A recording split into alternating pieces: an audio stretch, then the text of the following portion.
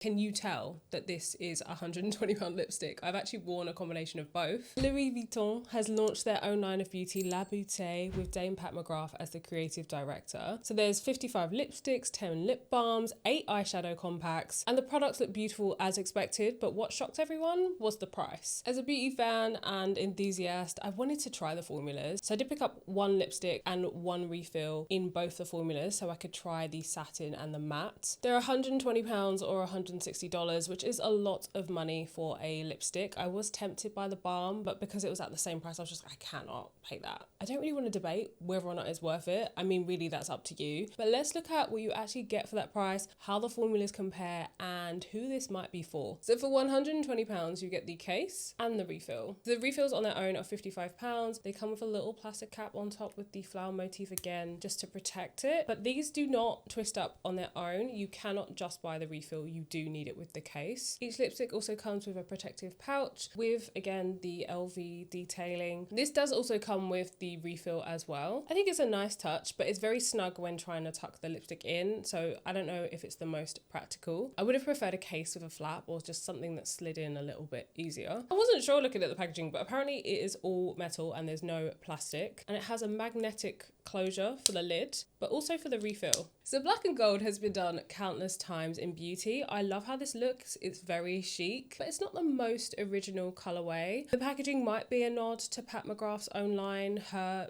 matte lipsticks are black and gold, her balms are white and gold, but I wanted to see something that felt more LV. Maybe a brown and gold design, or maybe the monogram on just gold like they did with the brushes. That would have been really cool as a lipstick case, but maybe they didn't want to impact on the accessories that they created for it, but I just would have wanted to have seen something different. That said, the debossed logo, the little details, and the see-through flower motif into the case, like, it's nice to be able to see the colour. Where the lipstick sits is quite far back, so I don't know how easy it is to tell what lipstick is what shade if you had multiple, but it is a nice detail. This is stunning. It does feel genuinely weighty and luxurious. I have a lot of luxury lipsticks, and this does feel the nicest in hand out of all of them, but maybe the specifics of the actual design isn't the most unique, and it's also 3 times the cost. And a lot of outrage about the price is because most luxury lipsticks retail between £40 and £60, including Hermès. There are more expensive lines, like Chanel has their 31 Le Rouge, Dior has their Premier Rouge, but the difference with LV is everything is expensive across the board. At least with other brands, they tend to dabble in higher priced items if someone wants something more exclusive and special. So even with 55 shades across the mattes and the satins,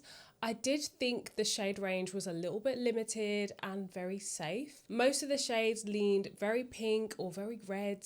There weren't any true brown nudes or chocolate tones. So I picked 110 Vuittonite.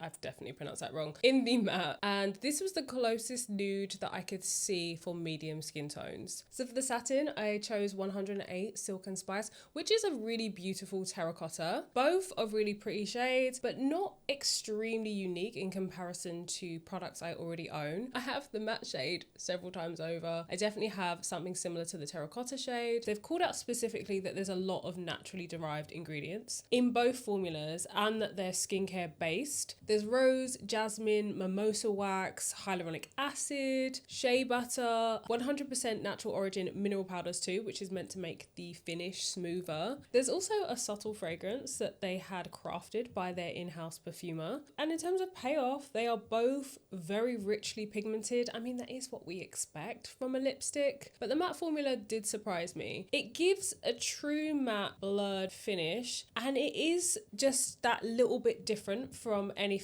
else I have. It feels very comfortable without being drying and still having a quite matte look. Like, there's a creaminess to it, but it's not creamy. It's really hard to explain, and I was swatching it with other mattes that I had and it was noticeably different. I don't know how much you can tell when you see it on the lips, but I could sense that there was a difference. There's just nothing quite the same that I have anyway in terms of texture when I compared it to luxury lipsticks. The satin though is my favourite of the two. I just love the creaminess and how it feels on the lips. It feels so buttery. It has this beautiful shine to it. They do both feel like elevated formulas. I mean, I don't know if there's a bit of a placebo effect because I know it's LV. I feel like I can feel the difference.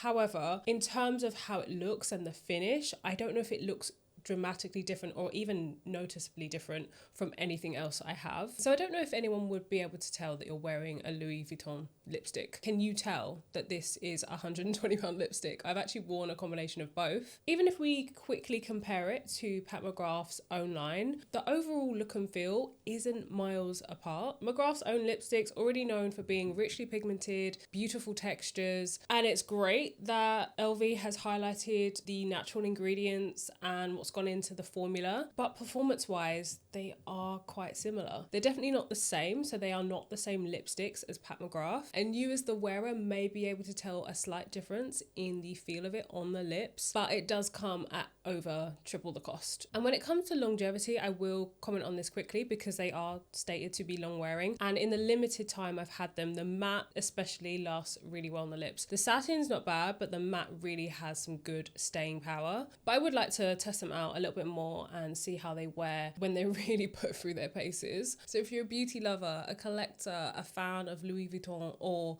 Pat McGrath, I can see why you would want this launch. It is a beautiful collectible or a luxury splurge. There are details on this launch that make it feel more elevated than other luxury lipsticks that I own. But if you're just looking for a great lipstick formula, there are so many other options that are a fraction of the cost, including Pat McGrath's own line. You're not going to get the same thing, but you are going to get something that's pretty close. This does feel positioned as like a collector's object, or maybe this is for the VICs, the very important customers. A lipstick would be an easy add-on to someone who's well versed in buying the apparel or the leather goods. And if we think about why luxury brands do beauty lines, it is to tap into that customer that aspires maybe to buy things from the brand but can't. This is still going to be more accessible than, say, buying a handbag, even though the price is very off-putting. So that was a little look at the Louis Vuitton matte versus satin lipstick formula with a tiny Pat McGrath comparison in there, just to confirm that it's not the same lipstick formulas. So personally, I love the satin formula, but I do tend to prefer